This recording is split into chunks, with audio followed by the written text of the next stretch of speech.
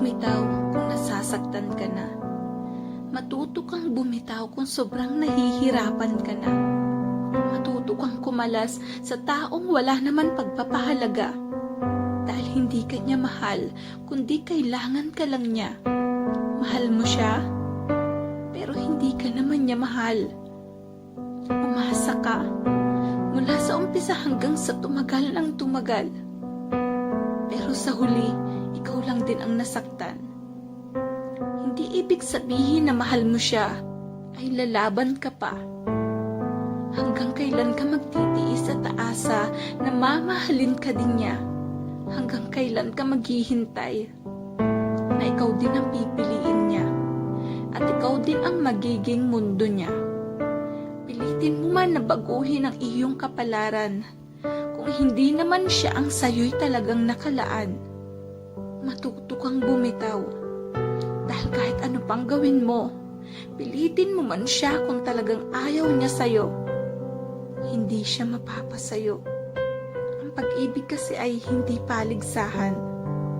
Na kahit pagod ka na kahit nasasaktan ka na, ay kailangan mong lumaban upang hindi ka umuwing talunan.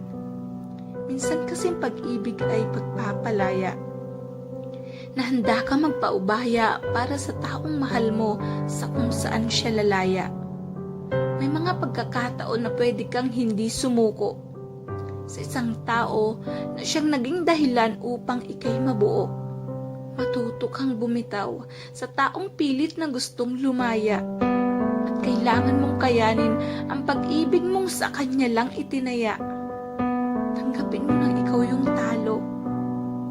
Sa ngalan ng pag-ibig na isinugal mo na lahat para lang siya'y maging sayo.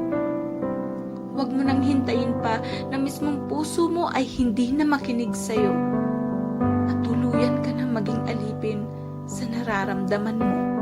Oo, hindi madaling bumitaw dahil ang lahat ng ito ay may tamang proseso. Sa una, masasabi mong hindi mo kaya. Pero pag pinagpatuloy mo lang, masasabi mong kaya ko pala. Kaya matuto kang bumitaw. Huwag kang magtiis na laging nasasaktan ay ikaw. Mas masakit kung magpapatuloy ka pa sa taong dahilan ng puso mong nagdurusa. Huwag mo nang pilitin kung hindi na naman siya masaya. Lalo ka lang masasaktan kung sa bawat araw ay iba ang gusto niyang makasama. Matuto kang bumitaw. Kahit masakit, kahit mahirap, kahit nakakapagod, ang mahalaga, ginawa mo.